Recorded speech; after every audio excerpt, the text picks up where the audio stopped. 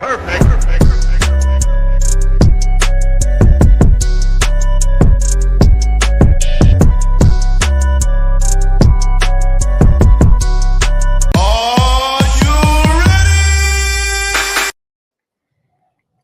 what is up, everybody? Your boy E-Man from the Unscripted Sportscast podcast, actually network. Keep forgetting, man. I have to rebrand it.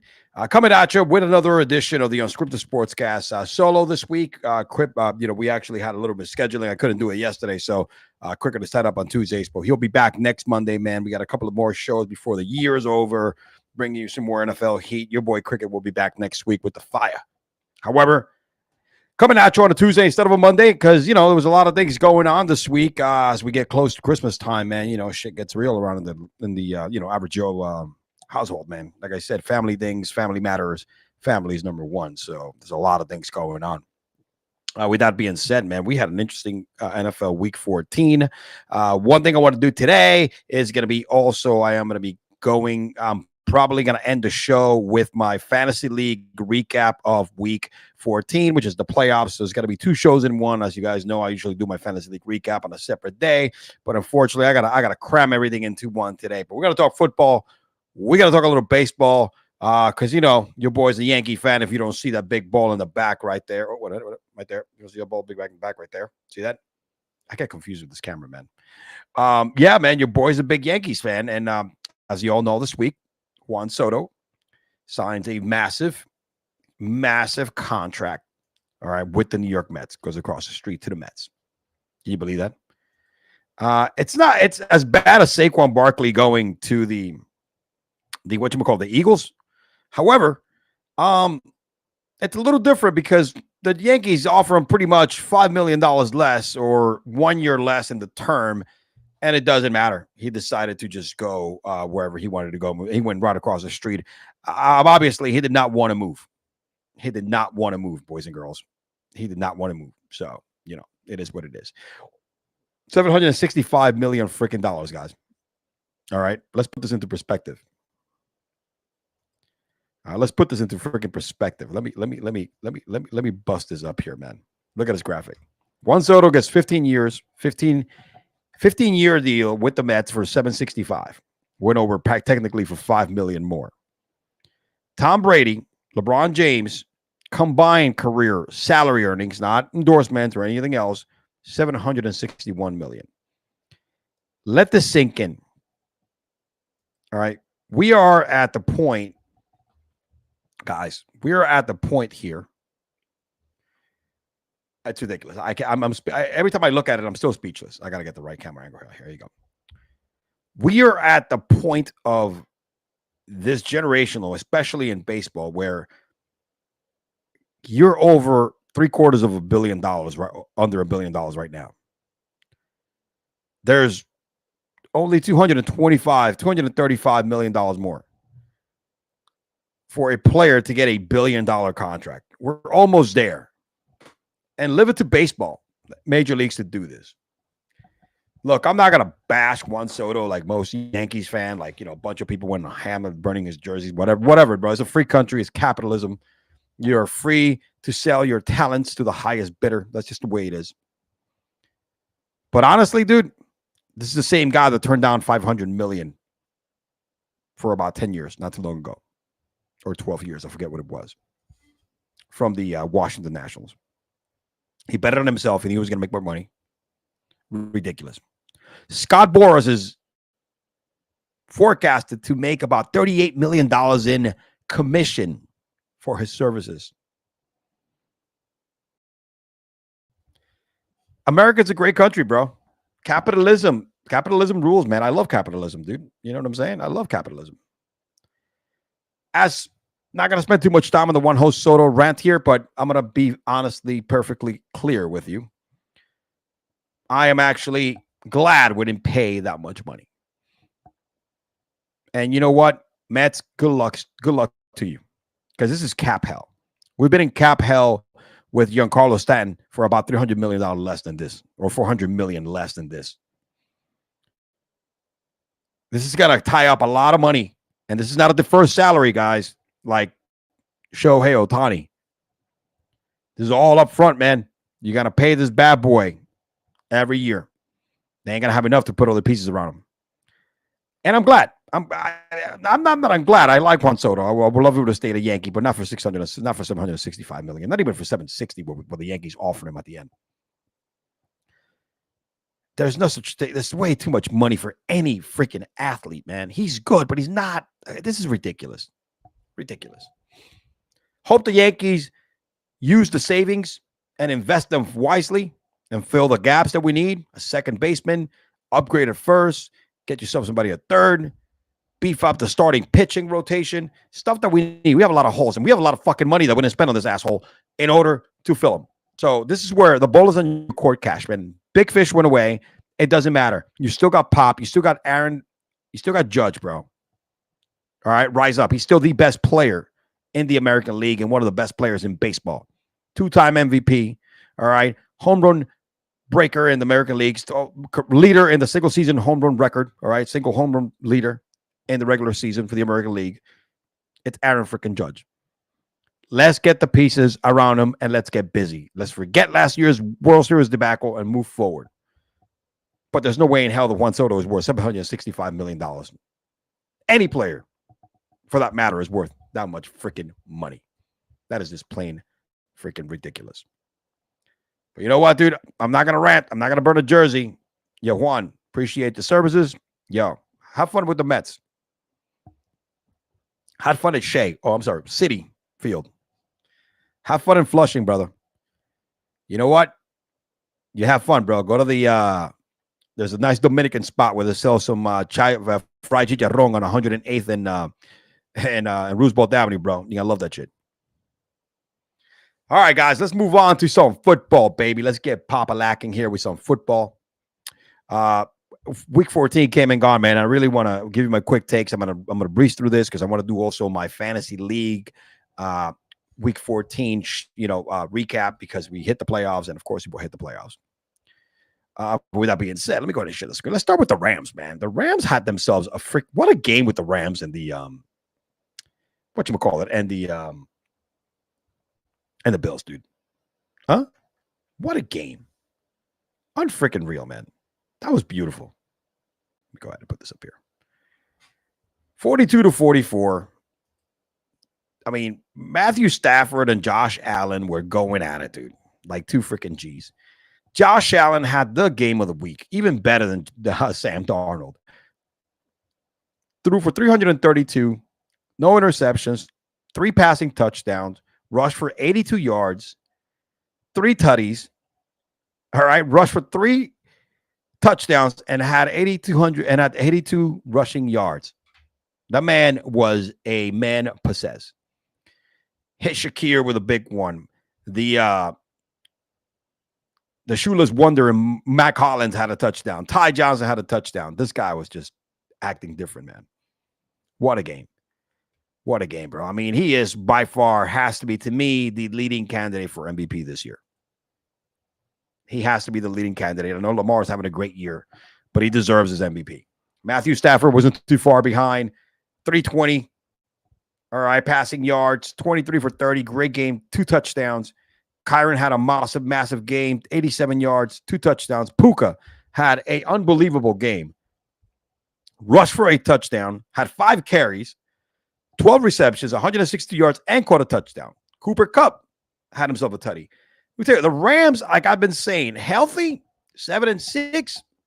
Rams are a fucking problem that you don't want to face in the wild card round. These teams in the NFC, man, should be shaking in their freaking boots right now,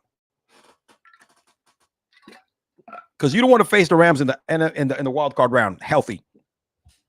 I mean, Josh Allen was a man possessed. 21 points in the fourth quarter, man, to make this actually a game, because he was down by a lot. It was just like a matter of minutes too, man. So Josh Allen is a freaking beast, man. He's a beast. Josh Allen is a beast, and I think he is, in my book, the leading MVP, offensive MVP candidate right now in the NFL. And we'll hit Joe Burrows later. All right. It is what it is. It is what it is, my guy. What else we got going on over here? The 49ers are get back on the winning tip over here after struggling for a few games. I just feel bad for the 49ers, man. They just have no luck whatsoever. As you know, Christian McCaffrey is in IR. Jordan Mason is in IR, probably done for the year. All right. Elijah Mitchell earlier in the year, done for the year. These are all running backs, right? And, they went ahead and slapped the Bears. That's not the story of the game. The Bears suck. They're 6-7, still in the hunt. The Rams, the Cardinals, the freaking the Seahawks. Everybody in that division is in it to win it, man. There's still a few games left that this thing can just change. But it was a decisive 38-13. Brock Purdy was dealing 325, 2 touchdowns, looked good out there. This is the 5th string running back, Isaac Guerrero, who was having a monster game. 15 carries, 78 yards, 2 touchdowns. Patrick Taylor, the 6th string, the 6th string freaking running back. 7 carries, 25 yards, a touchdown. Bro, it's like it doesn't matter who runs the football for the 49ers. They're going to get yardage, and they're going to find the end zone. It's just like Kyle Shanahan's system. But their luck, Isaac Guerrero gets hurt and leaves in the second half. I think he has a sprain or something like that, a light sprain, questionable for this week. Let's see. They're going to see how he works out throughout the week in practice, and they're going to make a call. Ridiculous, dude. Ridiculous. 7. The guy was balling, dude. Balling. This guy's a big dude, man. He could run too. Balling. 15 carries, 78 yards, man. Look, at 6-7, who knows? They run the tables. They could finish 10-7. They could make the playoffs. They're so wide open in that division. So wide open. Nobody is running away with it. But I think the 49ers are way too banged up in order to make a run here, man. Way too banged up on all fronts. Defense, offense, everything. Everything is just bad. But 38-13, they slapped around the Bears. Same old news from the Bears, right? I don't know, man. I mean, the Bears, they're a mess, bro. Fire the coach. They got a clean house. Look, Caleb Williams is doing the best he can. Threw for 2 touchdowns, whatever. They're just a complete freaking mess, man. A lot of talent on paper with no execution. It is what it is, man. But yeah, shout out to San Francisco, man. They're still alive, but their luck just keeps getting worse and worse. The Seahawks get themselves a huge NFC win here against the Cardinals, 30-18. They're leading that division. They are leading the NFC West. Again, that division is wide open. The 49ers are 6-7. The Rams are there at 7-6. Wide open. The Cardinals are also, 6-7, if I'm not mistaken. Seattle's 8-5. Listen, it's wide open, bro. I mean, 9-5 now. It's wide open. Gino had a monster game. Had a monster game. Gino had a good game. Just Gino, bro. Didn't throw a pick, which was good.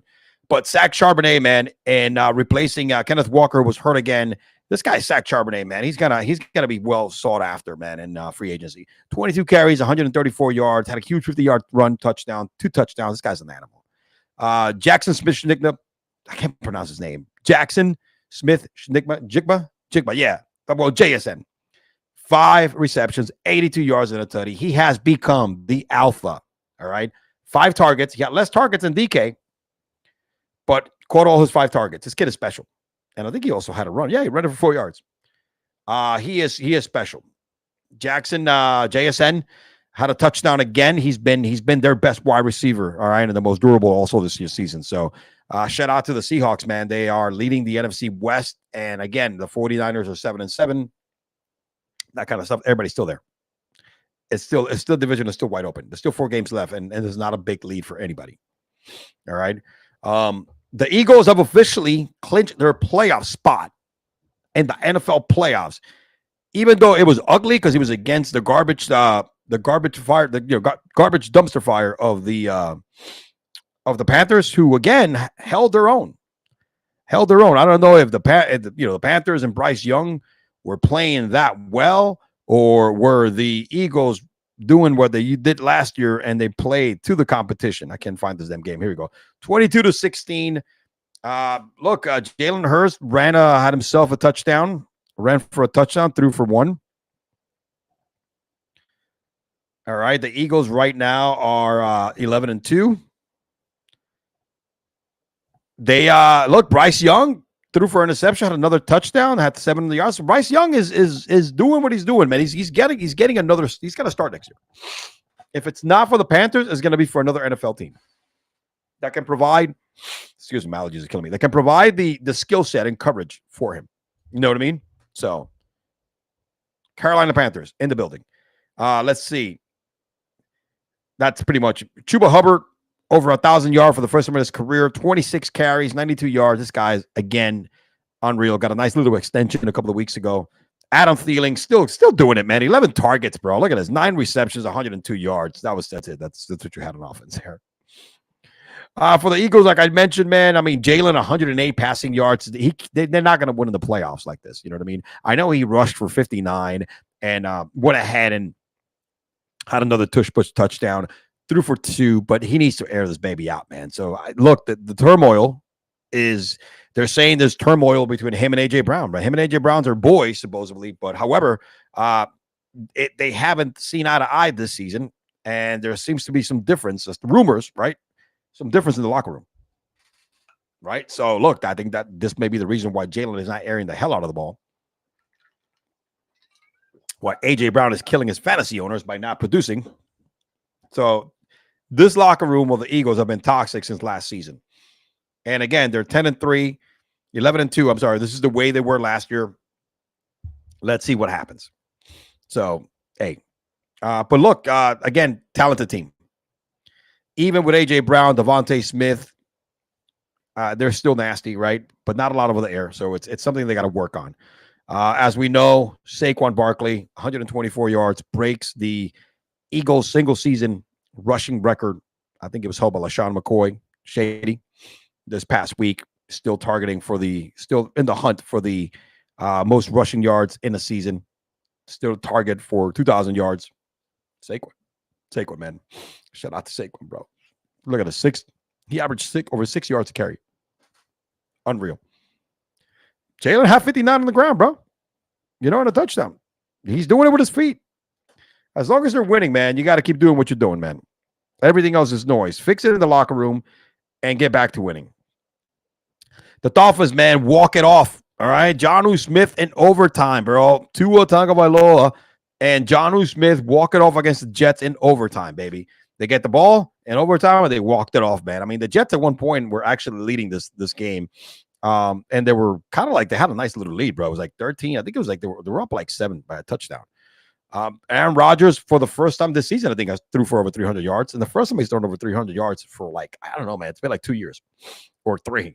Threw for 339 and a touchdown. His best game as a Jet so far with his arm. Braden Allen, who came in for, for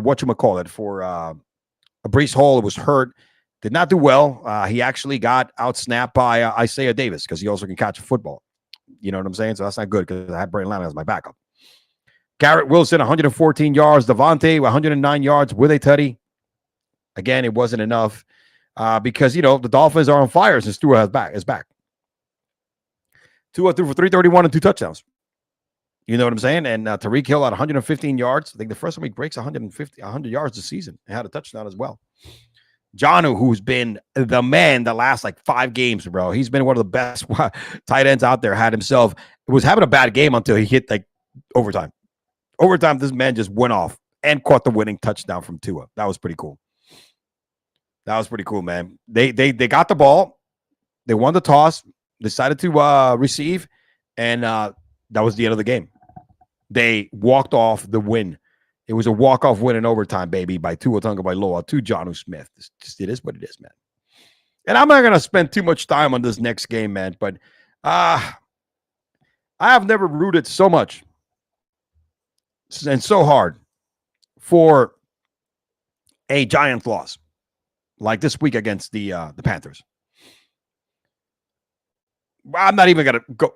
When I saw that, when they were like there ready to score, man, and it was about to win, I'm like, oh my gosh. And then when they're okay, fine, they got to kick the field goal. Now we got to go to overtime. I'm like, come on, man. Come on. This is typical Giants. They got to get a win when we don't need to win. But thank God for the block. Thank gosh for the block. I'm not even going to look at the stats here.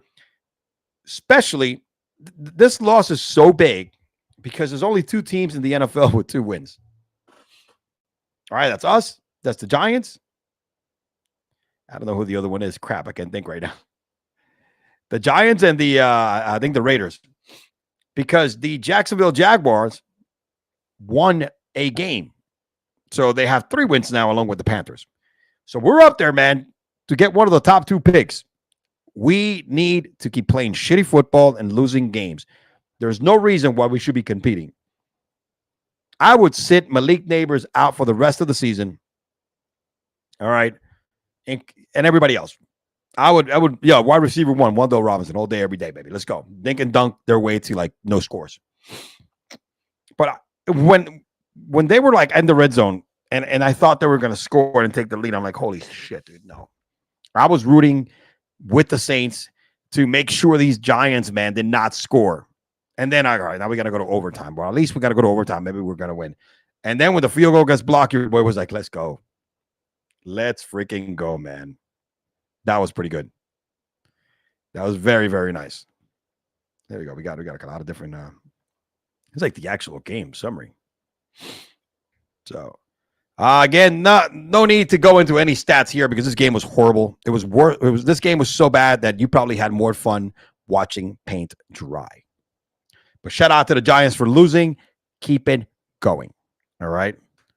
And the official QB1 without Pickens went into Cleveland and went into Pittsburgh, I'm sorry, and had themselves a game, man. They slapped the Cleveland Browns around. They put up 27 points on the Cleveland defense. Russell Wilson is doing it, man. Russell Wilson is going to get himself another payday. Jameis had himself 2 touchdowns, but there were 2 picks, Jesus still hasn't delivered him with the picks. Russell could not get a lot of over the air because, as you know, Pickens did not play. That's his over-the-top guy. But still managed to throw for 2 touchdowns and get the team in the league.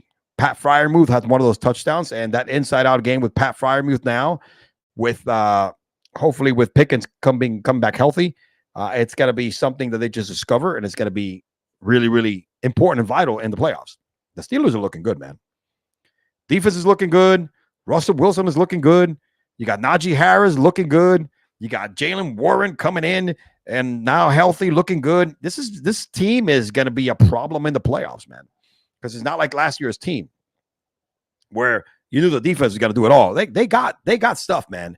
They got plays offensively. They got some in and out, routes with Freiermuth and another wide receiver. They got some deep stuff with Kyle Austin and Mike Williams. You got Pickens who can do it all if he gets his head straight, because the guy's kind of a moron. Prima Donna wide receiver. And, this is dope. The Steelers have an offense to go along with that defense. I mean, they just slapped around the Cleveland Browns without their top wide receiver, without the best offensive player, which is position offensive player, which is Pickens.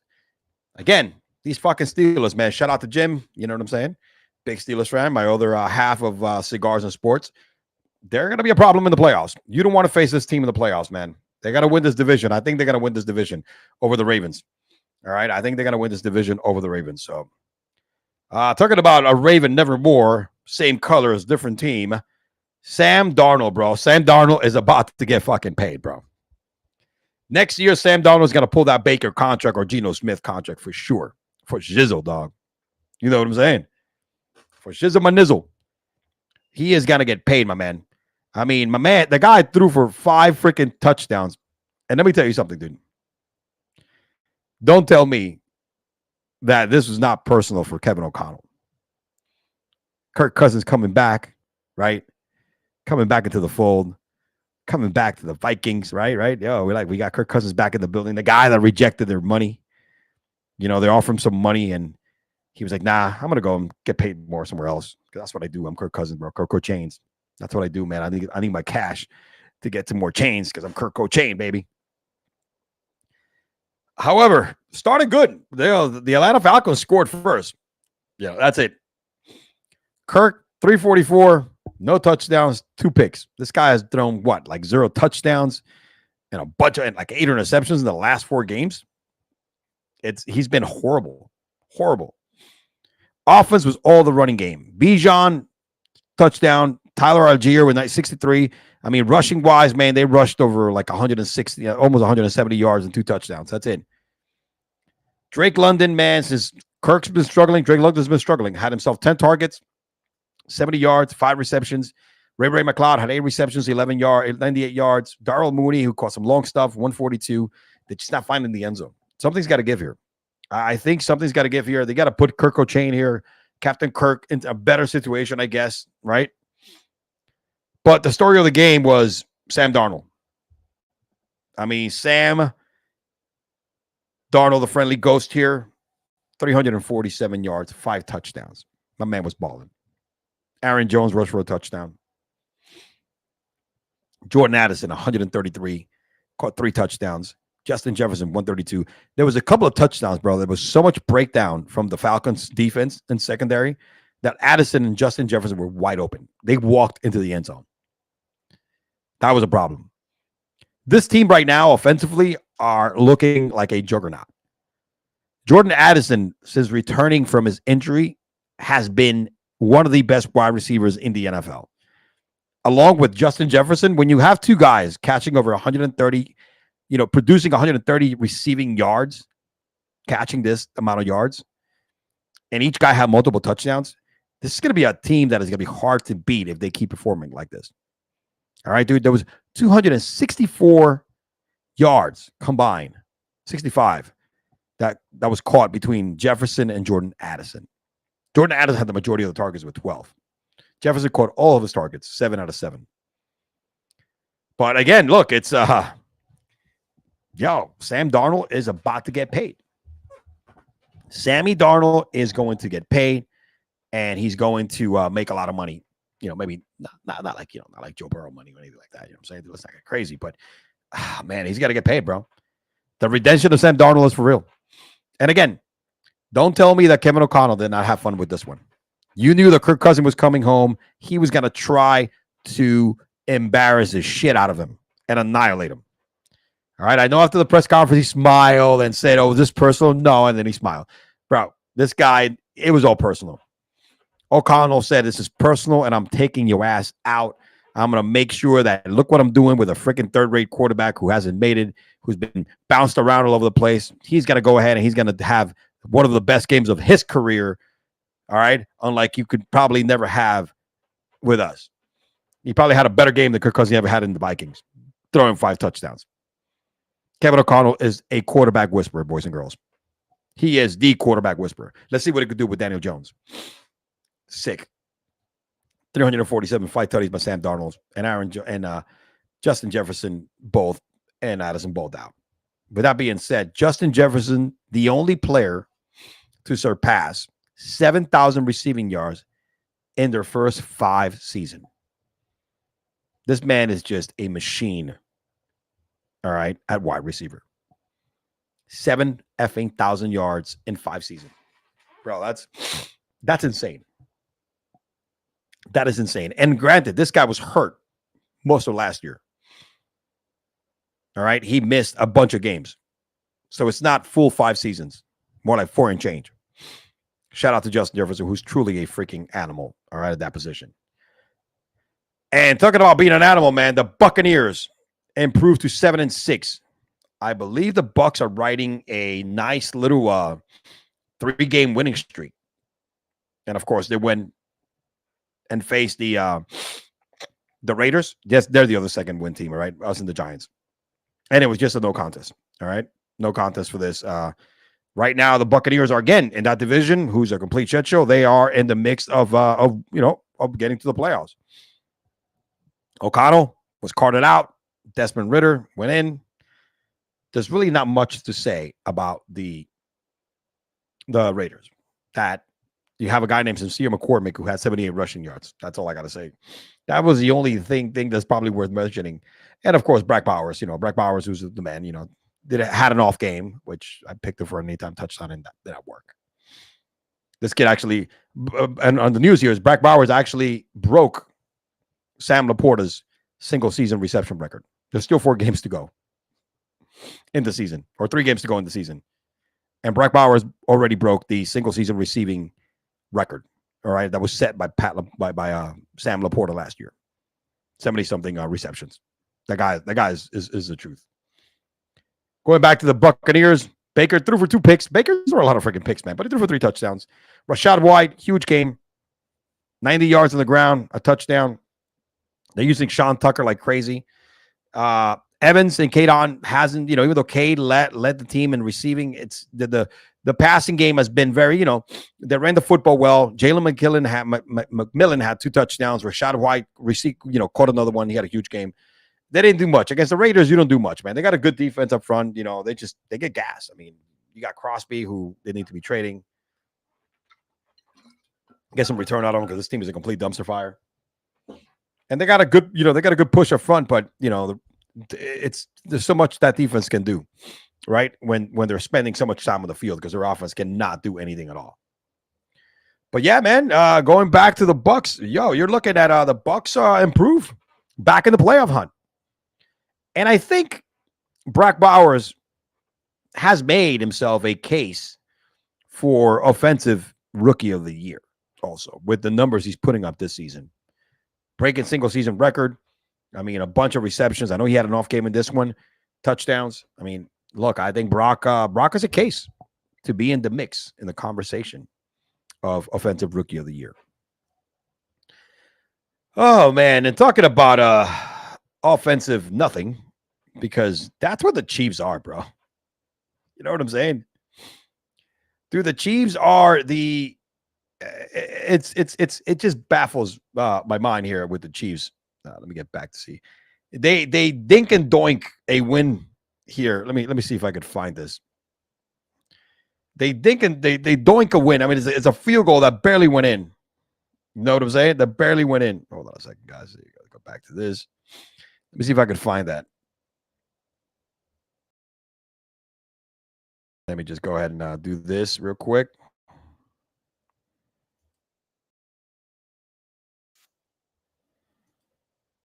Let me go ahead and go back. Let me share this. I mean, this is just ridiculous. This is for the win against the Raiders on Sunday night. Chiefs. And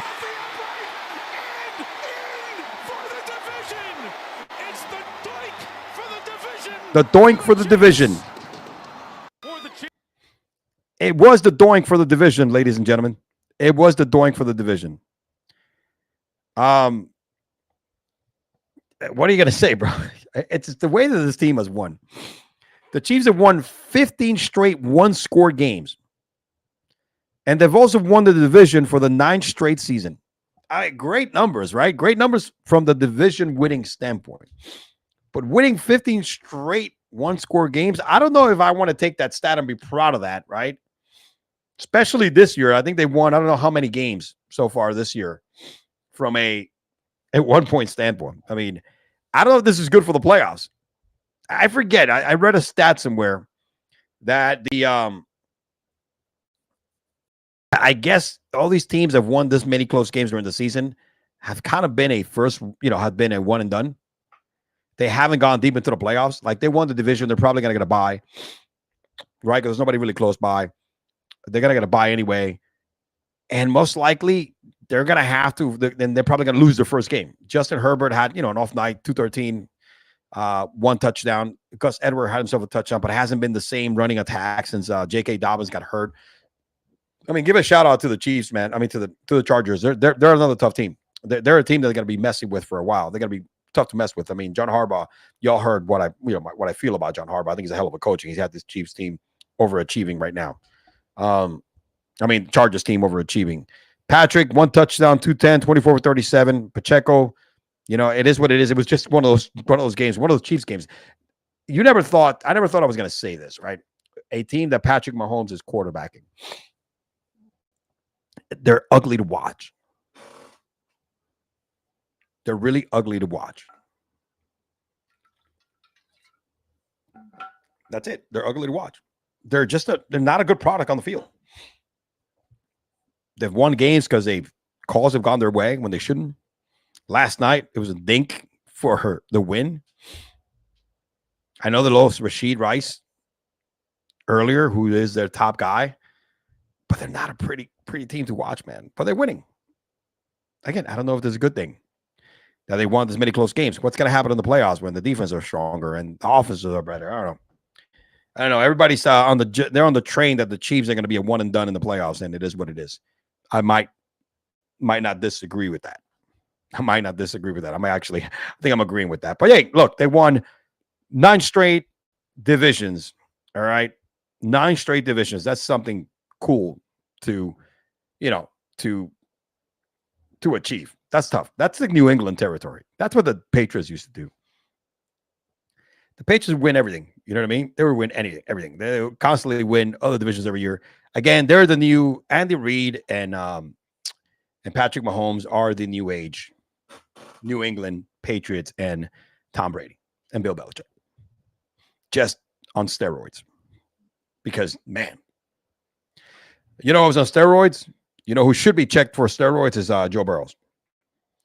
I know he's not going to get consideration because his team is 5-8.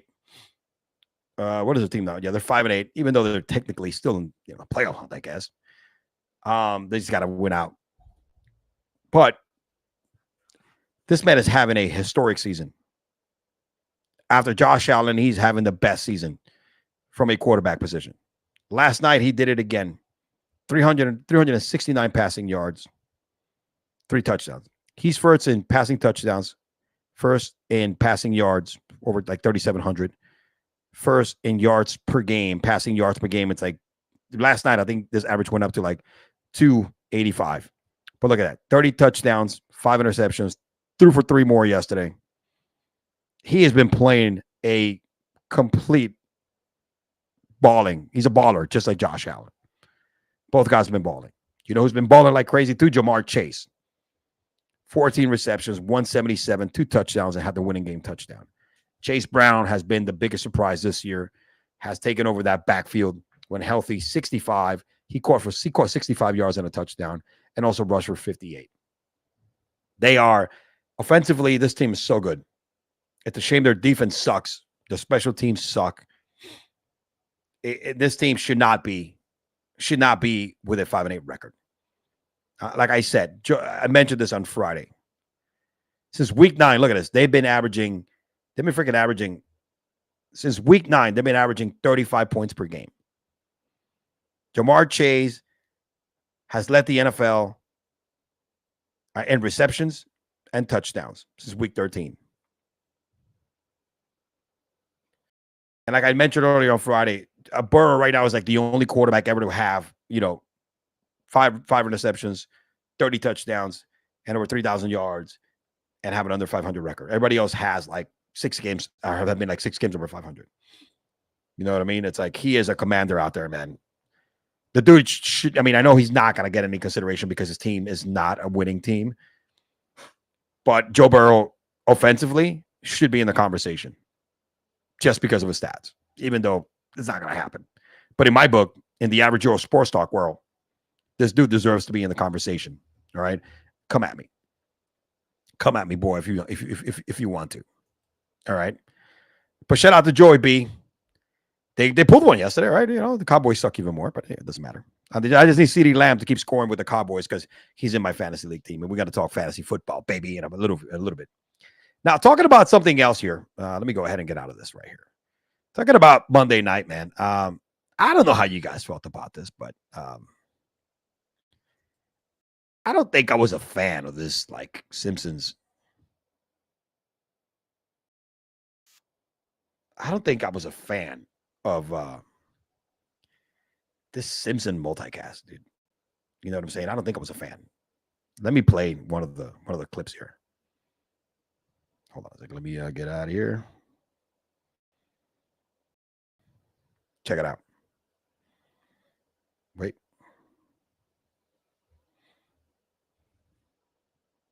Wow, they're taking out Joe Burrow in favor of Bart Simpson. What a rise for Bart, who was once the worst quarterback in the Springfield area after his dad put him in for Nelson. It's 3rd down and 10. Bart Simpson scrambles, throws, completes. It's to his sister. And Lisa's got the first down. She was in there for T. Higgins. They find her inside the 10 for a gain of 13. How about Bart? Drew, you mentioned it. He wanted no part of playing quarterback. Actually wanted to play offensive tackle. But he gets the opportunity and he finds T. Higgins / Lisa. And it's a first down for this Bengals offense. It's appropriate that he's subbing in for Burrow because he channeled his skill set there. And also Marge is cooking with the shake and bake. It was a nice try. It was nice. I think it's something new. I'm not going to clown him for that, but I think after a little bit, you were like, what the hell, right? I mean, this is like, what are we doing here, man? I mean, you could probably watch it for a good 5 minutes and then move on. I don't know what the ratings were. I mean, my kids are not that much into sports. I know, shocker. I got a daughter and a son. They're not really, they're still young, but not much into sports. And I try to like, yo, you want to watch Simpsons? I'm like, I don't like the Simpsons either. I mean, I don't think a lot of kids watch Simpsons nowadays. This is kind of like my generation. You know what I mean? A little younger too.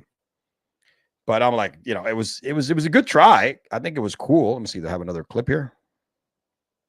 Burrow because he channeled his skill set. Yeah, they're right. I already saw that. So yeah, obviously, I honestly think that it was a whiff.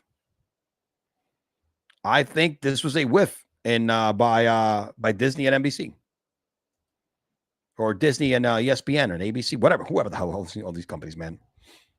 So I think it was a whiff. But you know what? Keep trying. I think life is good sometimes.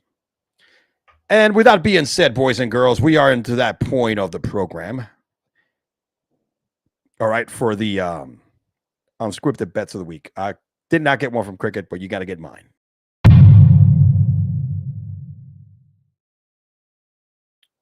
Check it out. The unscripted bet of the week, early bet of the week from your boy E-Man, is Army -6.5 versus Navy. Right now, Army has covered 10 of the last 12 games and 7 of the last 8 home games. And of course, it's Army against Navy, so it's going to be fireworks. 6.5. I think this is plus money. When I checked it out yesterday, you might want to jump on it. That's my unscripted bet of the week. And like I told you earlier, I want to go ahead and let me go ahead and take this off. I want to go ahead and let me just recap. Hold on a second. I got to recap. Since we've made a total of 8 picks. I've made 9. Cricket has made 7. We have a total of 16 picks. We're 8-8. I'm 5-4. Cricket is 3-4. Cricket hasn't been in the show. Like 2 out of the last 3 weeks, I haven't been able to get a pick in. But I'm 5-4, 1 game over 500. We need Cricket to get back in here and light it up. You know what I'm saying? All right, let me get out of here. But yeah, that's where we're at, man. All right, like I said, I want to go ahead and jump on to my fantasy league recap as I'm doing this show as well. I got to double bag it, do 2-in-1, man. I got to send my squad a text over here. We got to do that kind of stuff. We're definitely going to see what we got going on here. Let me just send them over here. We're going to do the recap. All right, recap on now.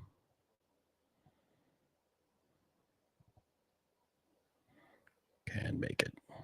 Sorry, guys. I'm kind of. All right. Yeah, so I want to do the Midtown Brigade Fantasy Football recap. But this is the fantasy league that your boy is on, who's been on for a minute. All right, let me just let me cue the intro, right, guys? Let me at least give these guys a show. All right, let me just at least do a little bit of an intro here, since I'm not gonna.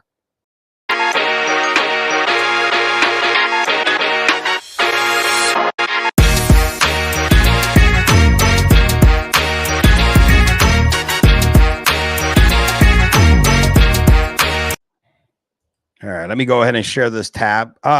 The good news is that your boy didn't make the playoffs. Your boy, Team Garbage Man, made the freaking playoffs. I am a stud. Let's go to the box score.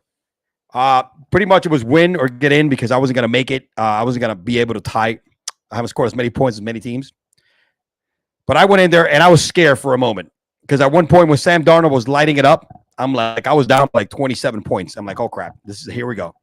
Now, don't get me wrong. I still had Lamb and JSN and my defense to go and whatchamacallit. And yeah, that's pretty much what I had. I had Lamb, my defense, and the 49ers to go. and JSN by the time I was down by like 27. And of course, man, Jalen had 29 points. I needed that. At least Gus got me a touchdown because, your boy went 0 RB this year. So I've been like, streaming RB. And David Montgomery started it off so well for me on Thursday night. That was a good sign. JSN, man, 19 points, another tutty. Struggling on tight ends, of course. CeeDee Lamb, 21 points. Best game in like the last 4 weeks. 49ers bounced back from last week, give him a negative points. It was good. 140 to 111. South Florida Spanish Ninjas, who also needed to win to keep his hopes alive, did not. Thank you, Ninjas, for losing. Sam Darnold, again, 53 points, man. That was unheard of. But the Cardinals defense gave him -4. That's when the tide started turning. And, of course, Calvin Austin, he has some people in the bye week as well, Cortland Sutton and Brian Robertson. So that was good. And there was nobody in the bench pretty much that he could have started that was going to help him out. Got lucky. Amon St. Brown did not have an Amon St. Brown game. That was another reason why I won. Alvin Kamara, again, the Giants actually helped me this week, not just by losing, but also getting it done. All right, with the defense on Alvin Kamara. Thank you, Giants. I appreciate you. Your boy's in the playoffs and is in the hunt for about $1,200. All right, let's see what happens in week 1. All right, so I made the playoffs. Your boy made the playoffs. Happy endings and being Moondog. Big Moondog upset the apple cart here for happy ending. Happy endings had a chance. And statistically, he was going to be one of those teams that if he won, he was 7-7. He was going to tie it with Maximus and probably Ninjas if he won, that kind of stuff, and Broadway. But overall, happy endings cannot pull it off, man. Happy endings is one of the stories of the year. This man started 6-1. At one point, he was 6-2 and then lost like the last 6 games of the season, man. He went completely backwards. I guess the rub and tucks did not pay off. Nothing on his end here. Nothing to talk about. Big Moondog, who's been sucking ass all year long, decides to have and put up 152 points, crushing happy endings, massage. All right, dreams. And of course, Jamar Chase with 47 points, done deal. That was the main story of the game. Jamar Chase had 47 points, crushed the dreams of happy endings. Who look at that bench, man. Poor guy, bro. Jonathan Taylor, Derrick Henry, Nico Collins. The beef of his lineup was not playing. It's just sometimes fantasy football does that to people, and happy endings is on to the next. Maximus in new era. This is actually pretty cool right here, man. Maximus 6-7. That 7-7 team that made the playoffs. Went against New Era, who already has clinched a playoff berth. He was 8-5. You need 8 wins to get in. Didn't matter whether he won or lost. New Era, again, had Lamar Jackson on the bench. Andrews on the bench because they were bye week. Tank Dell. So he had a lot of his beef. All right. Lamar Jackson always is a problem on the bench. He was just playing with house money. He could care less. Jaden Reed had 0 points. Juwan Jennings had 28. Travis Etienne with 11. The Bills, -7 points. He didn't care. But Maximus went out there, man. He put up, you didn't need a lot of points to beat New Era this week. 20 points. Bijan with 8 with 20. Braden Allen, tough job here. Brian Thomas Jr. with 16. Trey McBride with 14. Look, he pulled it. He's in the playoffs. He's going to go against and we got to go recap this playoffs. All right. We got to recap the playoffs, of course. Let's see what we got here, guys. Sorry about that. Man, I've been talking a lot by myself here today. Team Bring It, who is the Team Bring It again, the all-time winningest, went against Vicious, who won it last year. Vicious, unfortunately, did not make the playoffs. This is a defending champ. Got his ass smacked down all year long. Injuries did not help him at the beginning of the year, but Bring It just went and gave him the complete smackdown on his candy ass for 87, 171 to 87. Bring It is tough, man. When you got Joe Burrow dealing like that, Kyron Williams dealing like that, Justin Jefferson, Devontae Adams, I mean, shit, man. Another tough team. He won the division. Bring It won the division, won $125. Also, Bring It won $50 extra. So he's already in the pocket, $175. The league's registration fee, buy-in fee, it's $200. So they're already $25. He's only going to pay at least minimum $25 next year, unless he wins it all or places in the money. Nothing to talk about, Vicious. Good luck, Vicious. We'll see you next year, buddy. All right, do a better job. Got him out on Wednesday. Again, he was in my division. He already had clinched the division. Basically, had a good game because Josh effing Allen had 66 points. That was insane. Team Cruz was in the hunt. He was going to be one of those 7-7 teams if he won. That was going to be in the mix with Maximus, right? It was going to be going to the tiebreaker between them two. And it was a valiant effort, man. His team was kicking Galamat's team's ass until Josh Allen took over. Talk about crushing dreams, just like happy endings. Galamat on Wednesday just shoved, freaking Galamat up Team Cruz's ass because it's sad, bro.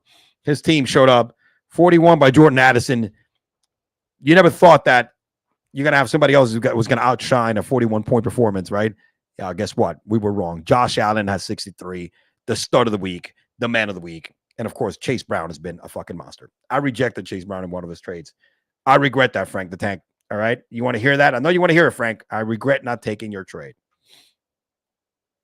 Galamat won the division. Another guy that has 175 in his pocket already, 125 for the division, placed top scoring team twice during the season, which is $25 a pop. My man has 175 in his pocket. This dude is ready to go. He said on the group chat earlier that it's all about the bragging rights. Yeah, bullshit. It's also about the money, man. Come on, give me that shit. New York City Rico, the hottest team in the league, has won 8 of the last 9. A lot of injuries, was just annihilation. Team Broadway 7-7. They didn't make the cut based on the standings. New York City Rico just spanked them around. 180 to 105. This is the guy that I'm playing next week. Yep, this is the guy right here. This is the lineup of the individual I'm playing next week. Baker Mayfield, 27 points. James Conner, 22. Isaac Garendo, 26. Hopefully he doesn't play. Hopefully Kenneth Walker is freaking injured as well. A.J. Brown, the only player that did not show up. But it doesn't matter because Puka scored 42 freaking points. Kittle, 22. I am hoping that New York City Rico blew his complete load and wad this past week. And when he faces me, which he did a couple of weeks ago, he had a really bad game, but he also had people on bye. I hope his team just doesn't freaking show up. All right. I hope that he blew his complete wad and load this week against Team Broadway. That's what I'm going to keep telling myself. That's what I'm telling myself. Because I'm paying this fucker the first week. Let's take a look at the let's take a look at the playoffs, man. Playoffs. Talk about playoffs. Do I still got that sound here? Hold on a second, man. Let me see if I still got that sound. I don't think I have that sound anymore.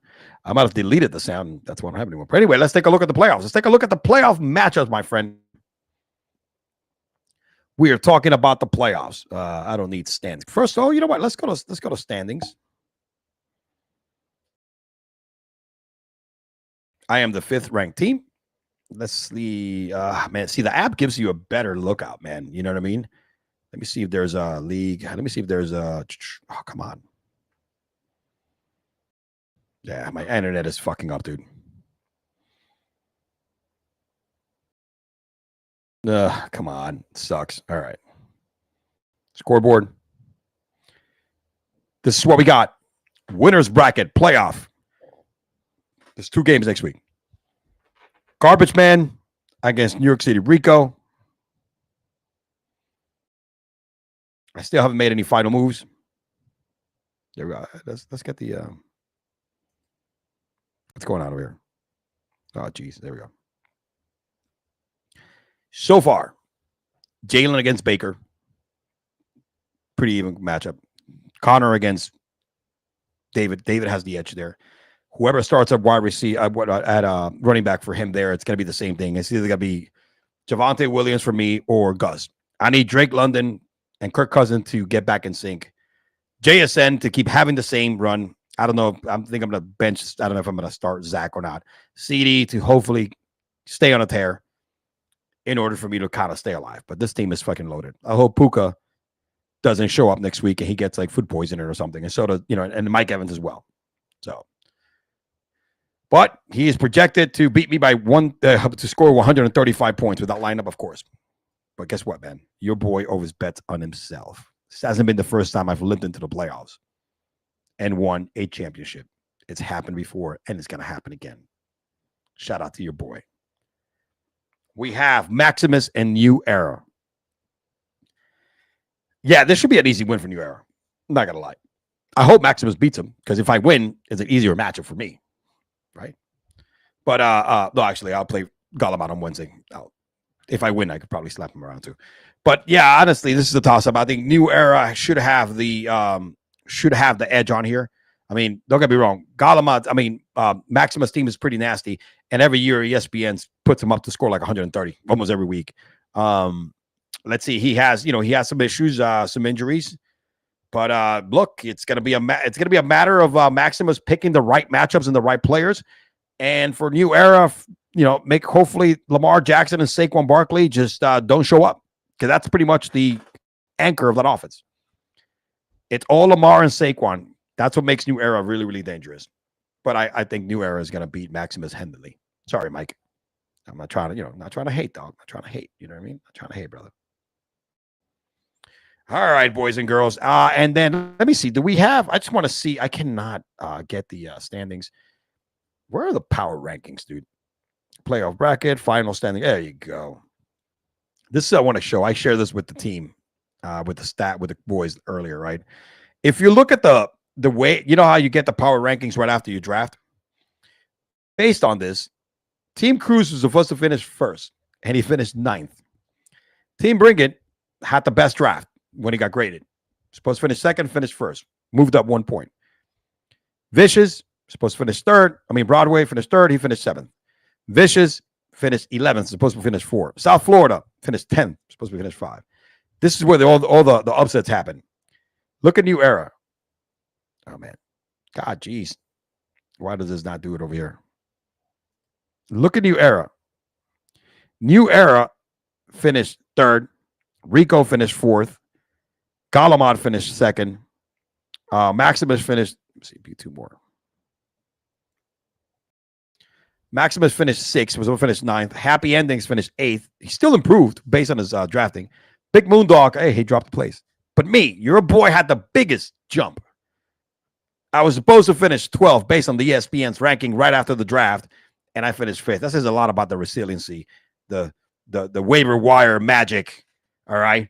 So teams are overperforming the year. Your boy was number 1. Galamon on Wednesday was number 2. And then New Era was number 3. Teams that underperform, Team Cruz dropped 8 spots. It is what it is, man. Welcome to fantasy effing football, baby. That's why we play it. That's why we risk the bacon. Playoffs are a different story. New season. Hey, the regular season is behind you. The new season is here. So with that being said, guys, I appreciate everybody that watched the live stream today.